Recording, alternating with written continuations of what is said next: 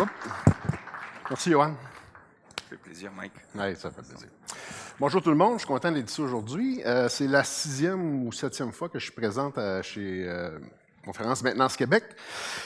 J'ai toujours fait la promotion, vanter les bénéfices de la planification, de l'ordonnancement. Évidemment, je suis toujours un apôtre de tout ça, mais comme consultant depuis quelques années, depuis une dizaine d'années, je dirais, ce que j'observe, c'est beaucoup d'organisations qui mettent beaucoup d'efforts, beaucoup d'argent, beaucoup de temps, optimiser leur gestion des travaux de maintenance, là, qui est beaucoup axée sur la planification de l'ordonnancement.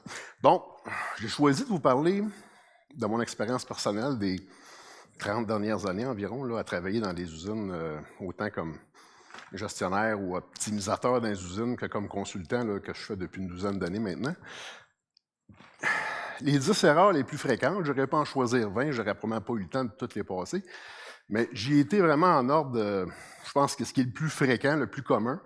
Ça se peut que vous vous reconnaissiez là-dedans, probablement que oui, là, sur certains des éléments.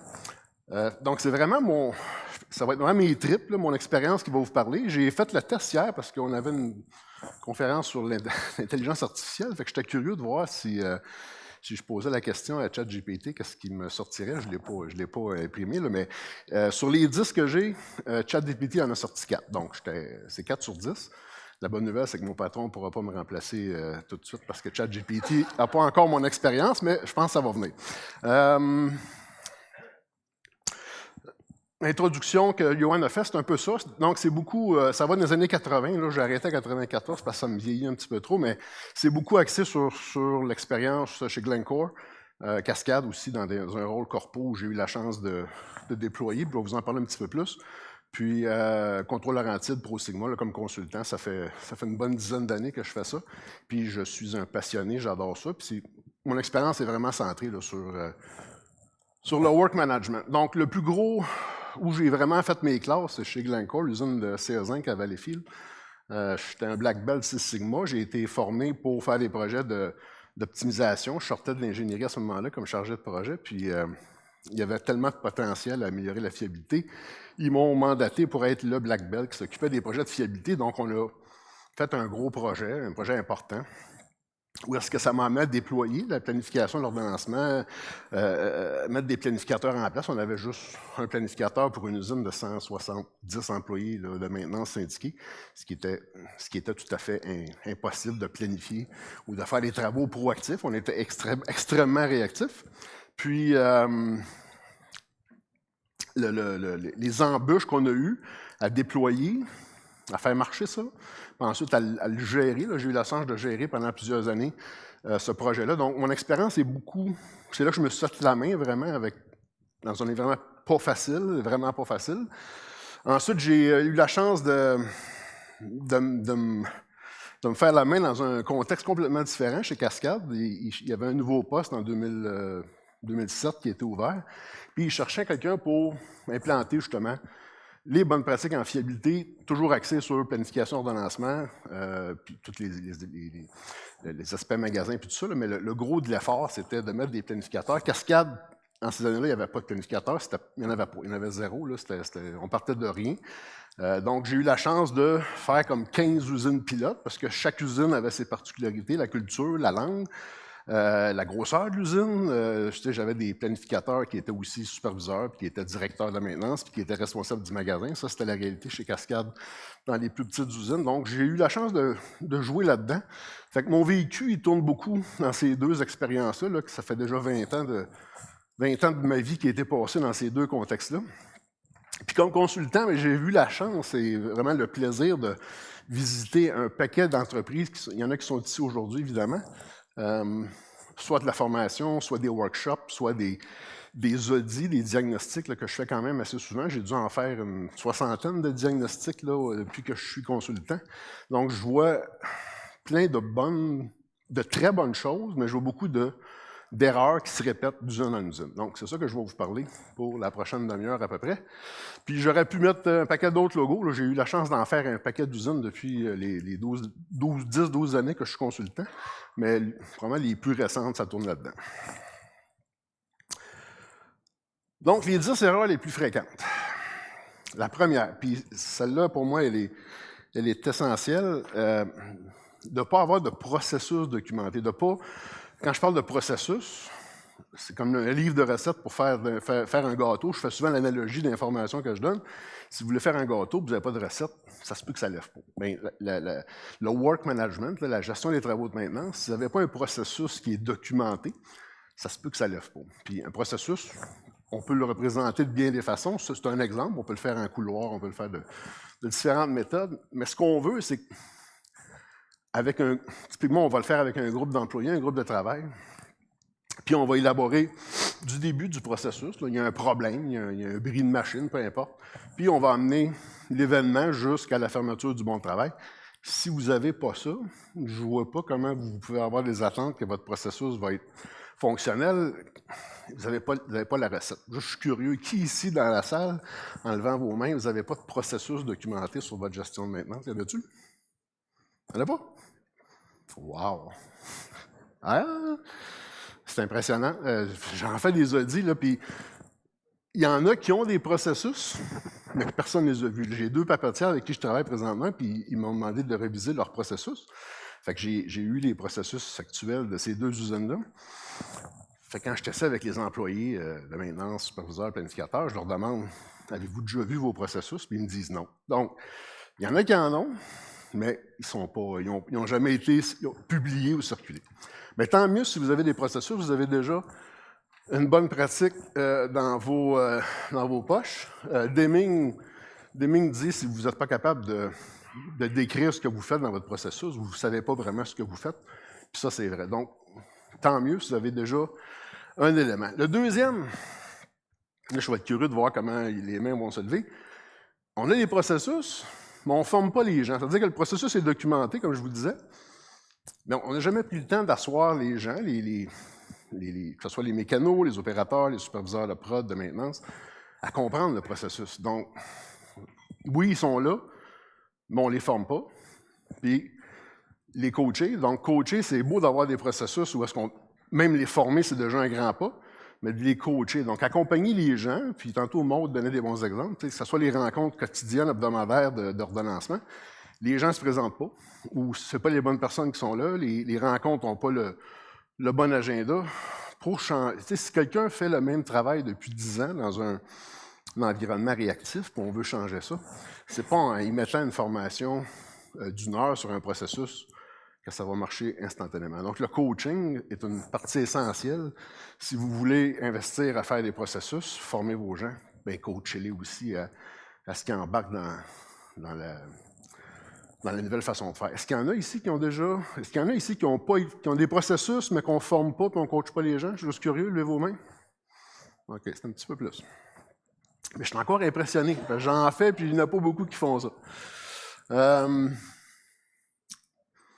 Troisième élément qui est un autre morceau super important, puis Maud en a parlé aussi tantôt, j'étais content, les rôles et responsabilités. Les rôles et responsabilités, ce n'est pas une description de poste. C'est pas un job description comme on dit en anglais, c'est ce qu'on va développer à partir des processus qui va s'assurer que chaque joueur, on a identifié clairement c'est quoi les actions qui doivent mener à terme dans le processus pour que ça fonctionne. Donc, rôle et responsabilité, ça va être un document qui va ressembler à ça, qui va être bâti de différentes façons. Mais si on fait des rôles et responsabilités, c'est pas juste de les produire dans un fichier Word. C'est encore là, c'est de les communiquer aux parties prenantes, les gens qui vont être titulaires du rôle de planif, de superviseur, de directeur, de mécanicien, puis encore là, de les accompagner dans le changement. Moi, ce que je vois souvent, c'est qu'on les a déjà fait ou on prend pour acquis qu'une description de poste, ça fait la job. Une description de poste, c'est pour embaucher quelqu'un. Ça, c'est pour faire rouler un processus. Donc, les trois premières erreurs ou diapositives, vos processus, les faire, les communiquer, former, coacher, puis que les rôles soient clairement établis. Moi, comme consultant, souvent, on me demande, peux-tu prendre les rôles qu'on a développés puis les expliquer à mes employés? Je dis toujours oui, je peux le faire. Mais la vraie personne qui doit faire ça, c'est le gestionnaire de ces gens-là. Parce que là, on va s'asseoir avec eux puis leur expliquer clairement les attentes du rôle dans lequel ils sont maintenant titulaires dans une organisation qui veut évoluer vers la proactivité.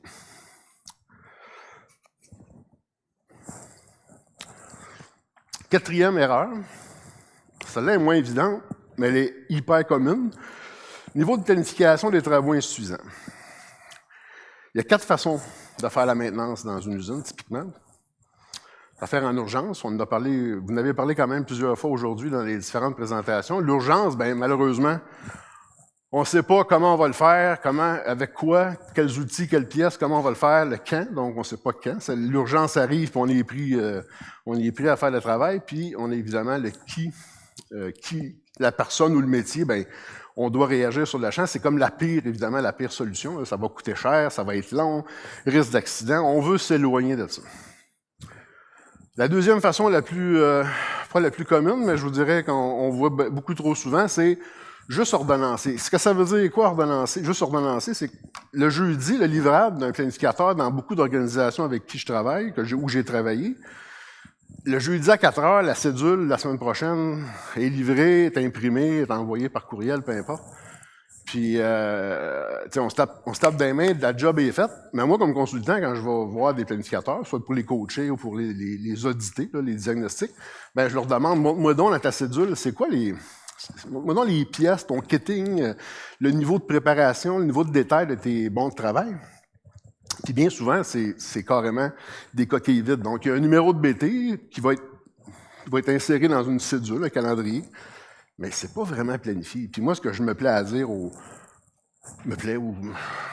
dire aux planificateurs ou aux gestionnaires, c'est qu'il n'y a pas une grosse différence pour l'exécution des travaux si on n'a pas fait le volet planification. Puis quand on parle de niveau de planification insuffisant, c'est ça que je veux dire. C'est pas parce qu'on a un planificateur ou 2 ou 3 dans l'usine qui sortent des cédules qu'on est en mode planifié. Là, on se compte des histoires. Là, enlevez vos lunettes roses. Si on fait juste faire des cédules, on planifie pas. Donc, ce qu'on cherche à faire, c'est idéalement, c'est de faire du planifié ordonnancé à hauteur de 80-90% de nos travaux, idéalement, puis laisser de la place pour quelques urgences. Puis ce que je veux vous montrer ici, c'est probablement trop petit à l'écran, là, mais le schéma d'un travail qui n'est pas planifié, donc qui est juste ordonnancé ou qui est fait en urgence, c'est que le bon de travail qu'on remet aux employés, bien, pour exécuter, ils vont devoir eux-mêmes aller trouver les pièces, les outils, les instructions, parler à la production, faire cadenasser, faire nettoyer, se ramasser.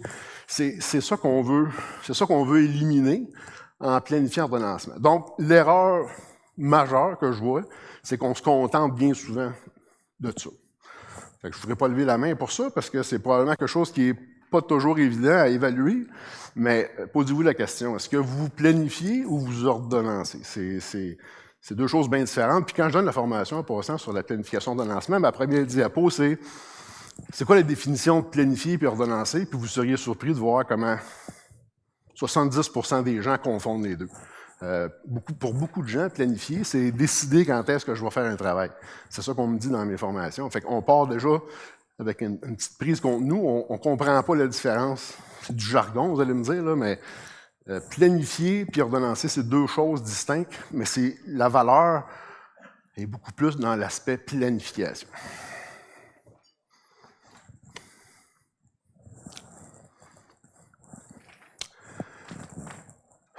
Demandez au planificateur d'accomplir des tâches qui ne sont pas de la planification.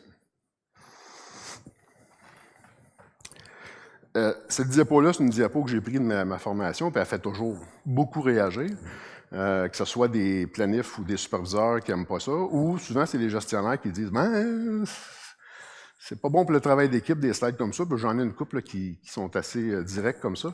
Mais pensez-y, un planificateur, si on veut que le planificateur vous livre une cédule de job planifié, s'il commence à être le commis du département ou du superviseur, donc toujours en train de répondre aux besoins de tout le monde dans le département, bien, pendant ce temps-là, il ne planifiera pas. Là. Il va être en train de courroyer des informations, courroyer des pièces pour des urgences qu'on fait aujourd'hui typiquement. C'est là que le piège est là, typiquement, là, c'est de répondre aux besoins de la journée. Réagir aux urgences. Des urgences, si vous êtes à 30, j'entendais 30% ce matin, 25, 30, 40% d'urgences. Le planificateur, typiquement, il est tout près de l'atelier ou des équipes ou du superviseur. S'il n'est pas discipliné, puis si l'organisation n'est pas assez mature, bien, qu'est-ce qui se passe avec le planificateur? Lui, c'est un être humain, c'est un chum, c'est un collègue, c'est un gars qui fait partie d'une équipe. C'est sûr qu'il va se mettre les 2 mains dans l'urgence, puis il va traverser la ligne la ligne de « moi, je suis dans la semaine prochaine, mais là, je m'en vais dans le problème d'aujourd'hui ». Mais s'il fait ça tous les jours, vous rêvez en couleur, vous n'aurez pas de planification, vous allez avoir des jobs cédulés. Puis c'est là que le piège, il est là, entre autres. Là, c'est humain. Puis moi, ce que je dis quand je fais du coaching avec des gestionnaires, c'est les patrons, ceux qui sont directeurs sur Internet de maintenance. Le message doit venir de vous. Il n'y a pas de planificateur. Tu sais, je fais toujours l'exemple. Il n'y a pas un planif qui va dire time out à son superviseur ou au mécano. Ah, moi, les boys, je dans la semaine prochaine, ça ne marchera pas. Là. Je peux pas être impliqué dans vos problèmes de la journée. C'est sûr qu'ils vont y aller. C'est une question de maturité. Les organisations qui sont matures en planification, les planifs ne se font pas déranger. C'est même pas une question. Les gens savent que lui, sa job, c'est pour la semaine puis les semaines qui s'en viennent. À moins que ce soit un problème ultime, on va aller le sortir pour qu'il vienne nous aider. C'est dur, c'est pas facile de faire ce changement-là dans une culture où est-ce qu'on a toujours été là à éteindre des feux en équipe. Il faut tracer une ligne. Le volet acheteur, un planif qui devient l'acheteur de la maintenance, c'est un problème commun. Pour toutes sortes de raisons, puis je ne veux pas ouvrir le débat sur les acheteurs, ou les organisations avec des départements d'approvisionnement qui ne sont peut-être pas liés à la maintenance correctement. Mais un planeur qui commande tout le stock de tout le monde dans le département, c'est pas un planeur, c'est un acheteur. Là. Fait que faites attention à ça. Le planeur que vous avez promu d'un mécanicien Top Gun, votre meilleur mécano, qui est rendu à 5 ou 10 ans de la retraite, puis qui veut peut-être une job un peu moins relax, là, il veut plus faire de call la nuit puis travailler comme planeur, c'est super. Mais lui, là, il les a toutes vues, vos problèmes. Vos machines là, qui brisent la fin de semaine puis qui font arrêter la prod. C'est sûr que c'est lui que vous allez lui demander, puis il va aller se mettre les deux mains dedans, puis il va être content, puis il va avoir la tape dans le dos de ses chums. Mais pendant qu'il fait ça, il planifie pas. Les tâches admin. On dit, OK, tu viens de me dire qu'il ne s'occupe pas des urgences puis tout ça. Fait que lui, il va avoir le temps de ramasser toutes les factures des fournisseurs de la semaine, du mois, sur son bureau, parce qu'il a le temps de faire ça. Lui, il ne s'occupe pas des autres affaires. Ben non, c'est pas un commis, c'est pas lui. Il va s'occuper de ses commandes, de ses factures que lui a faites pour des achats. Mais on devrait s'en tenir à ça et non pas exagérer sur le volet des tâches admin qu'on va lui demander d'exécuter. Gérer les entrepreneurs. Moi, quand je vais dans vos usines, là, je vais faire une visite où je vais rencontrer le directeur de maintenance pour un projet potentiel. 9 fois sur 10, c'est un planeur qui vient me chercher à Guérite. Là, je vais me présenter. Je m'en viens voir le directeur un tel, puis là, le gardien il me dit « ce sera pas long ». Fait que là, la personne qui s'en vient me chercher. « Salut, tu fais quoi? Moi, je suis planificateur. » C'est quasiment toujours un planif.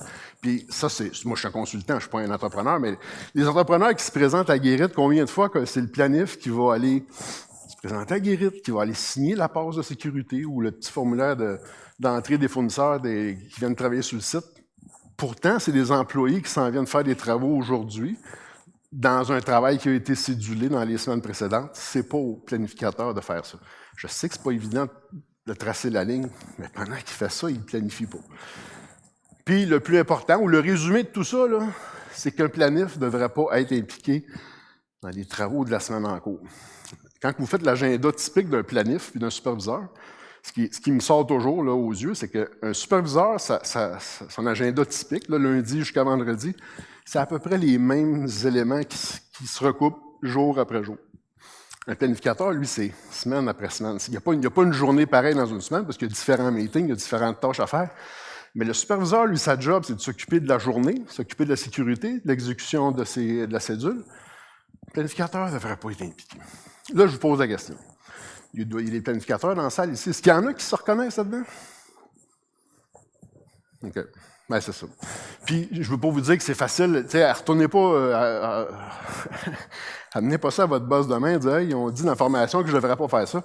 Ça se travaille, ça. C'est un changement organisationnel, une question de maturité d'organisation. Mais c'est vers là qu'il faut tendre. Si vous ne tendez pas vers là, vous allez échapper des belles opportunités. D'avoir des bons planificateurs qui viennent dans votre siège de planificateur puis qui vont rester. Parce qu'un planif un bon planificateur qui est pogné là-dedans, là, il va vraiment vouloir retourner soit comme employé de maintenance sur le plancher ou il va appliquer sur une job ailleurs que c'est plus mature. C'est pas le fun de travailler comme ça. Pour un planificateur, là, il se sent il se sent mal utilisé, je vais dire le bon mot. Il est mal utilisé, puis il est un peu frustré parce que quand on lui a promis son embauche là, de planificateur, bien, il préparait des jobs la semaine prochaine, patati patata, puis finalement, c'est pas ça qu'il fait. Il fait tout ça. Fait que soyez prudents avec ça.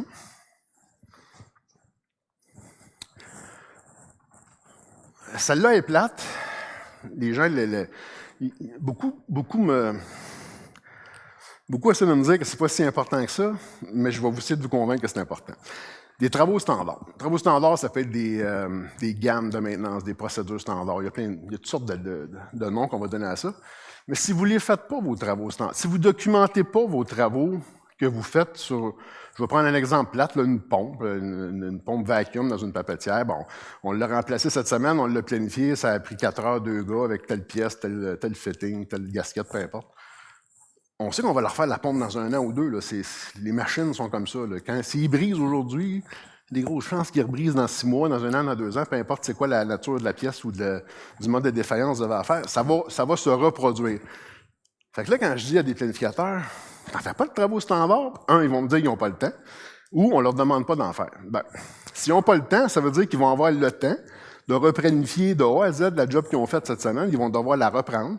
Probablement que ça va être un autre planif qui va être là à ce moment-là. Il va falloir qu'il y ait voir c'est quoi les pièces que j'ai besoin, combien de temps que ça va prendre. C'est toujours à recommencer. Ceux qui sont matures, là, les organisations matures, puis j'en connais quelques-unes, ils ont je pense à une papetière, là, le planificateur, il y a 900 travaux standards dans sa GMO. Vous allez me dire 900, c'est beaucoup. Oui, c'est beaucoup, j'ai rarement vu tant que ça pour une machine à papier, là, mais c'est...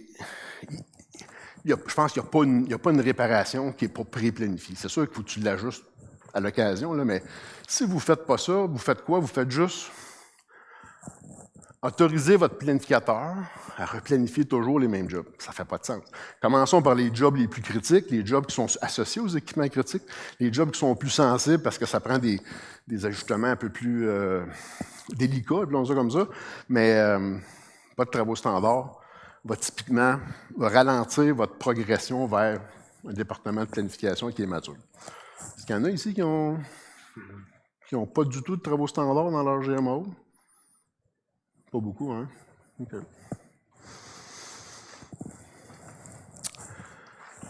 Celle-là n'est pas facile. Et que c'est pas facile, ça. La rétroaction des gens de métier, c'est quoi? C'est on a fait des travaux, planifiés ou pas. Ça peut être en urgence, mais focusons sur le planifié parce que normalement, c'est beaucoup plus planifié qu'en urgence, les travaux qu'on fait. On doit insister auprès des gens de métier à nous ramener de l'information. Pas juste OK fait, c'est qu'est-ce que tu as fait pour que ça prenne 4 heures de plus que le temps estimé? Je t'avais estimé 8 heures, tu as pris 2 heures. Qu'est-ce qui s'est passé? Qu'est-ce qui ne marchait pas? Y a-t-il des pièces qu'on avait oublié de te mettre parce qu'on avait mal estimé le travail? Ramène-moi de l'information. Ça, c'est compliqué à faire. La raison pourquoi c'est compliqué, je vais vous l'expliquer de ma perspective à moi. On va faire un essai. Vous allez demander à vos gens de métier, si vous ne le faites pas déjà, « Hey, peux-tu me ramener du feedback, là, de la rétroaction? » Fait que là, ils vont vous en donner pendant une couple de jours, une couple de semaines. Mais là, ils vont voir qu'il n'y a personne qui fait rien avec ça. Fait que là, ça s'en va dans la pile, sur le bureau, sur le coin du bureau du planificateur. Puis la fois d'après qu'ils vont intervenir sur le même équipement, bien, la liste de pièces qu'ils avaient demandé de faire ajuster, elle n'a pas été ajustée. Le temps estimé n'a pas été... Les gars, les filles qui sont sur le terrain, qui vous ramènent des jobs avec de la rétroaction, si on ne prend pas l'action dessus, ils vont arrêter. Mais il faut prendre le temps d'expliquer à la masse, aux gens qui font les travaux, que quand on fait des jobs, on va y aller sur le planifié. Quand on planifie, on exécute des travaux, l'idée, c'est que la rétroaction va nous permettre de s'améliorer, d'apprendre, pour que la prochaine fois qu'on va refaire ce travail-là sur cet équipement-là ou cette tâche-là, on va la faire de façon plus efficace. Puis Doug Palmer, ceux qui sont avides de lectures intéressantes comme des livres de maintenance, comme moi je le fais en vacances, bien, cette Bible-là de Doug Palmer, il y a plein de trucs là, pour les planificateurs.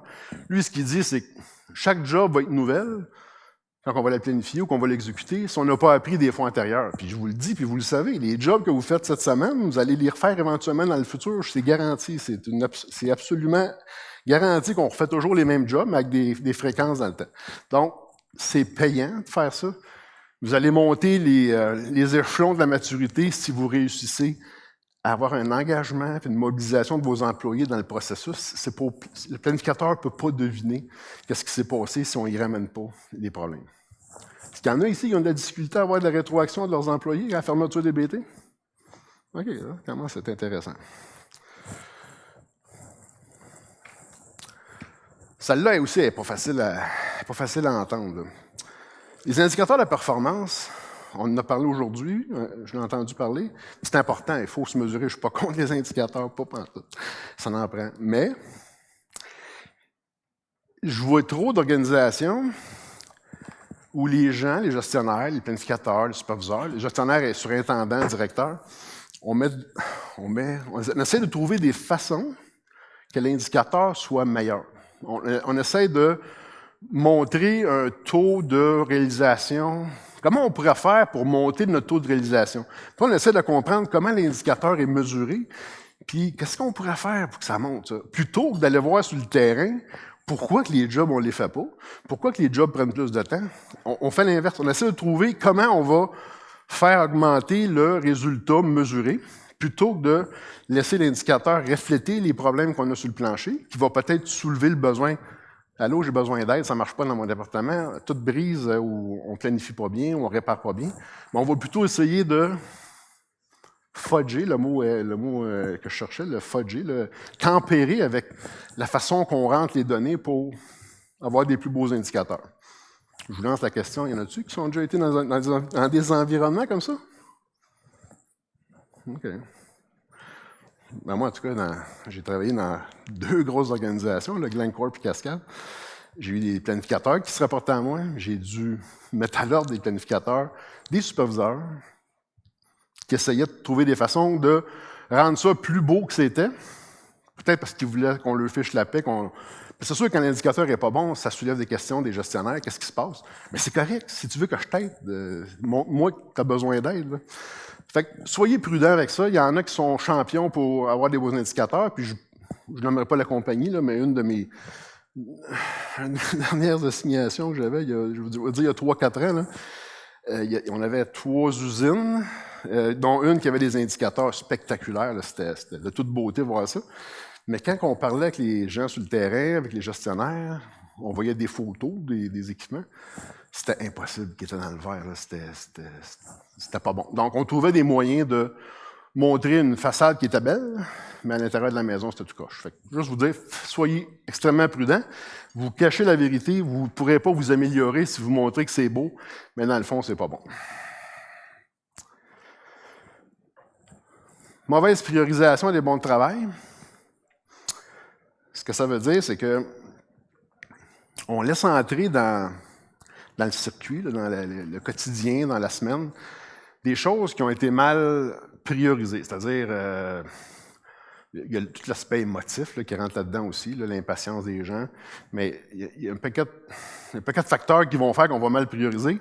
Ça vous prend des guides, là, des façons de, au moins, définir avec vos gens c'est quoi une urgence. Tu sais, il y a des usines avec qui j'ai travaillé récemment qui avaient il y avait 3 niveaux d'urgence, mais tous les 3 niveaux, c'était entre 0 puis 24 heures la première, entre 0 puis 36 heures la deuxième, puis 0 48 heures la troisième. C'était tellement compliqué à interpréter. Tout le monde mettait ça dans le premier niveau pour être sûr qu'on faisait le job. Rendez ça simple. Là, je vous montre des exemples là, c'est pas obligé d'être ça, là, mais une urgence, c'est clair. Là, c'est tellement problématique, il y a tellement un risque élevé de blesser ou d'arrêter la prod, ou la prod d'arrêter. Ça me prend quelqu'un tout de suite. Ça ne peut pas être plus clair que ça. Vos bris de cédule, on peut le découper en 1 ou 2 niveaux. Là. Tout ce qui doit être fait cette semaine, qui n'est pas une urgence, mais qui ne pourra pas attendre d'être planifié, c'est impossible, c'est beaucoup trop problématique. Puis le restant, on va le planifier, mais on va l'ordonnancer dans le temps, avec un processus qui ira avec. Là. Mais assurez-vous d'une chose, c'est que, sauf pour les urgences, vous devriez être en mesure de pouvoir filtrer tout ce qui est planifiable et qui est bris de cédule. Bris de cédule, c'est pas une urgence, on va le faire cet après-midi, ce soir, demain, après-demain. Vous devriez pouvoir les filtrer puis les challenger à savoir si ça va vraiment venir briser mon calendrier, parce que là, on sous-entend qu'on va déplacer une job planifiée pour mettre quelque chose qui va être fait à sauvette, qui ne sera pas regardé, qui ne sera pas sécuritaire, qui ne sera pas efficace. Donc, La bonne pratique, c'est évidemment de faire ça à chaque jour. On révise toutes les nouvelles demandes. C'est pas tout le monde qui fait ça. Il y en a qui le font de la mauvaise façon. Ils vont tout mettre ça dans le cours du planificateur. Le planificateur reçoit toutes les demandes à chaque jour, puis c'est lui qui décide si c'est bon ou pas bon. C'est pas la bonne façon. Là. On va faire ça en équipe, typiquement, équipe naturelle, le planificateur, superviseur, puis un rep de la production. Mais ça, c'est un élément. Ce qui rentre dans votre backlog ou qui s'en va en exécution aujourd'hui doit être filtré, puis qu'on s'assure que les bonnes priorités sont bien attribuées aux travaux. Est-ce qu'il y en a ici qui ont des enjeux de priorité sur leur bon travail? Ouais, vous êtes pas mal de bonnes pratiques ici aujourd'hui, c'est impressionnant. Tolérer les pirates qui résistent et font obstacle au déploiement des processus. Est-ce qu'il y en a qui savent c'est quoi des pirates? Ça vous intrigue, hein? C'est ça, un pirate. Mais ils ne sont pas habillés comme ça dans vos usines. Ils portent un uniforme de la compagnie, c'est marqué le petit logo avec leur prénom, mais c'est des pirates. C'est quoi des pirates? C'est du monde qui sont dans vos équipes, qui se montrent... ils disent « Oui, boss, oui, on va faire ça, pas de problème, on va faire ça », mais quand vous tournez le dos, ils font pas ça. Ils font à leur tête, puis ce que vous essayez de faire comme système, ils le défont. Fait à mesure que vous pensez que vous avancez, vous faites du surplace. Parce que souvent, ces gens-là, c'est des superviseurs. Ça peut être heureusement, peut-être pas des directeurs, mais des gens qui sont en autorité. Puis quand tu es en autorité, normalement, tu as une équipe en dessous de toi. Fait que si toi, tu es un pirate, puis ce que la compagnie nous demande de faire, ça ne marchera pas, c'est pas bon, bien, l'équipe en dessous, qu'est-ce que vous pensez qu'ils font?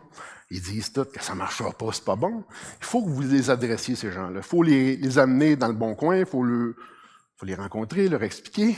Puis vous avez le droit aussi de les mettre dans un rôle secondaire, tertiaire, où est-ce qu'ils ne viendront pas interférer avec vos bonnes intentions de faire de la bonne gestion de maintenance. Mais des pirates, n'oubliez pas ce terme-là, puis c'est un de mes chums qui était directeur de maintenance, qui appelait ses résistants comme ça, puis je pense que c'est le bon nom à donner. Là. Vos pirates vont vous faire reculer ou vont vous faire du statu quo si vous voulez améliorer vos opérations en maintenance.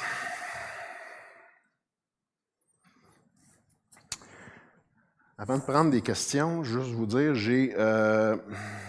on a des formations, vous allez l'avoir dans la présentation, vous pourrez le scanner tout de suite ou quand vous aurez le PowerPoint, là, mais on a un paquet de formations, j'en ai 3 qui s'en viennent sur le sujet du work management, donc j'en profite pour vous en parler s'il y en a que vous avez de l'intérêt. Bécancour à Montréal, là, au bureau de Montréal, Kirkland, puis une au Nouveau-Brunswick qui va être en anglais, puis l'autre diapo, c'est si vous voulez avoir une chance de gagner un certificat cadeau de 1 500 $ pour n'importe quelle formation que vous pouvez retrouver sur ce barcode-là. En fait, non, les formations, c'est sur l'autre d'avant. Celle-là ici, c'est pour... c'est un sondage sur la formation, sur la présentation que j'ai fait aujourd'hui. On va faire tirer certificat cadeau jusqu'à 1 500 $ pour des formations qu'on donne, n'importe lesquelles vous choisirez dans la liste des formations. Oui, nouveau bureau de Bécancour, c'est ça que tu veux dire, hein? Ben oui, il est ouvert? Il est-tu pas encore? Ça s'en vient. Oui, Bécancour, ça va ouvrir bientôt, là. Oui, effectivement, c'est un nouveau bureau, puis on a plusieurs formations d'annoncer à Bécancour, là, mais ceux qui sont dans le coin de Trois-Rivières, Bécancour, allez voir, là, il y a quand même un bon choix de formation qui est déjà prévu, donné à Bécancour. Donc, c'est le tour de ma formation. S'il y en a qui ont des questions, qui voudraient élaborer sur des affaires que je vous ai envoyées, là, qui sont peut-être ou peut-être pas votre réalité.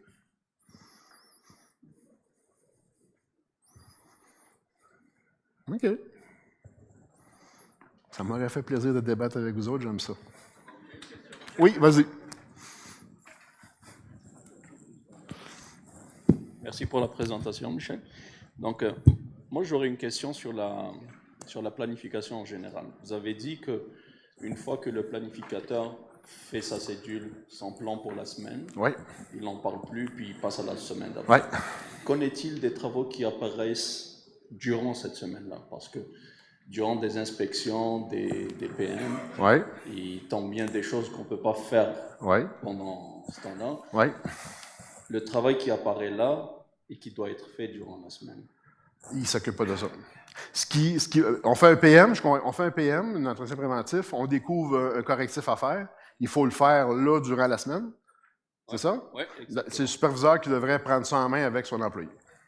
Ça ne se planifie pas. Ben non, mais ça dépend. S'il est planifiable, on va l'envoyer au backlog ou on va l'envoyer au planificateur. Mais si c'est quelque chose qui doit être réalisé cette semaine, en fait, ta question est intéressante. On ne planifie pas des travaux dans la semaine en cours. Tu serais tenté de dire, ben là, on le fera demain, on va faire la réparation demain, on la planifiera. Oui, le superviseur peut appeler un entrepreneur pour monter l'échafaud, pour monter les pièces. On ne planifie pas, on exécute à la dernière minute un travail qu'on va essayer d'organiser. C'est un peu l'avantage de la priorité 1 versus la 2. La 1, l'urgence, c'est tout de suite, tu ne peux rien planifier, il faut que tu réagisses. Mais la 2, ça nous donne du temps pour peut-être prévoir comment, au niveau sécurité, au niveau efficacité, je vais organiser le travail.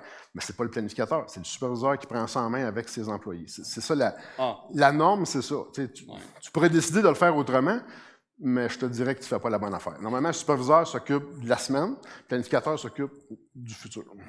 Parce que nous, on doit dealer tout le temps avec la production, puis oui. L'éternel. Oui, mais si le problème nécessite une intervention cette semaine, on va la faire.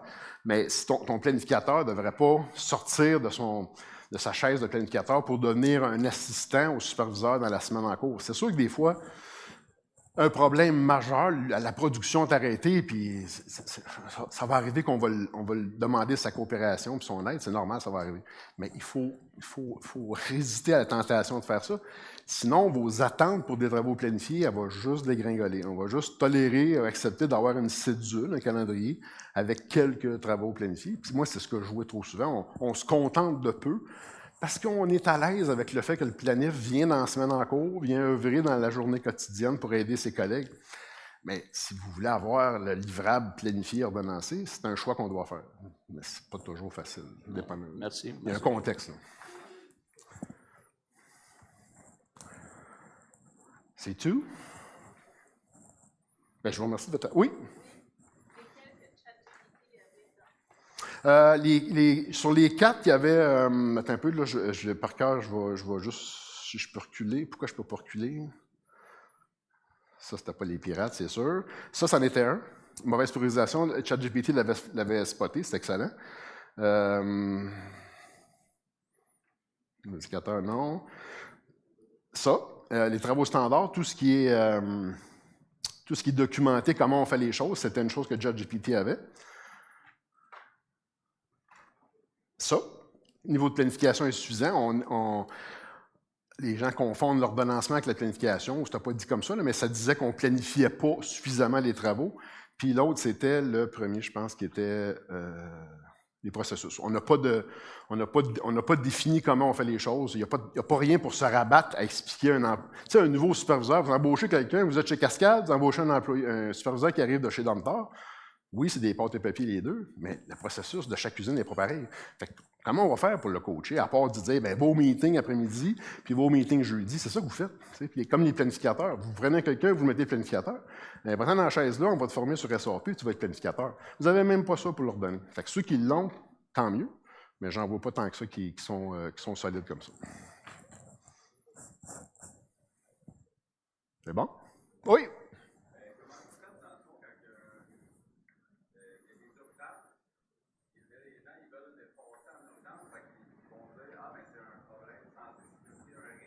Mm-hmm. Oui. Bien, l'aspect santé-sécurité, ça, c'est excellent, parce que c'est un des moyens les plus réputés pour accélérer l'exécution de travaux. Fait que les vrais enjeux de santé-sécurité, pour moi, c'est une urgence. Si tu as vraiment un risque de blesser, tuer quelqu'un, on espère que c'est pas ça, mais quand il y a un risque de blessure à quelqu'un qui est imminent, là, que c'est vraiment sérieux, moi, je n'y pas avec ça. C'est une urgence, tu le fais.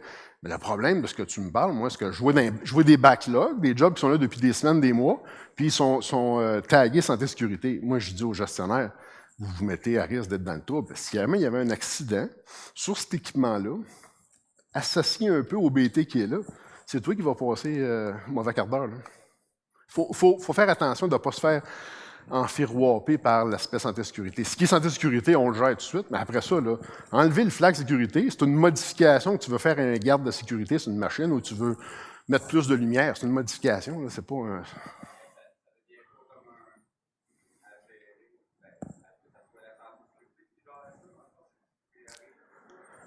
Non.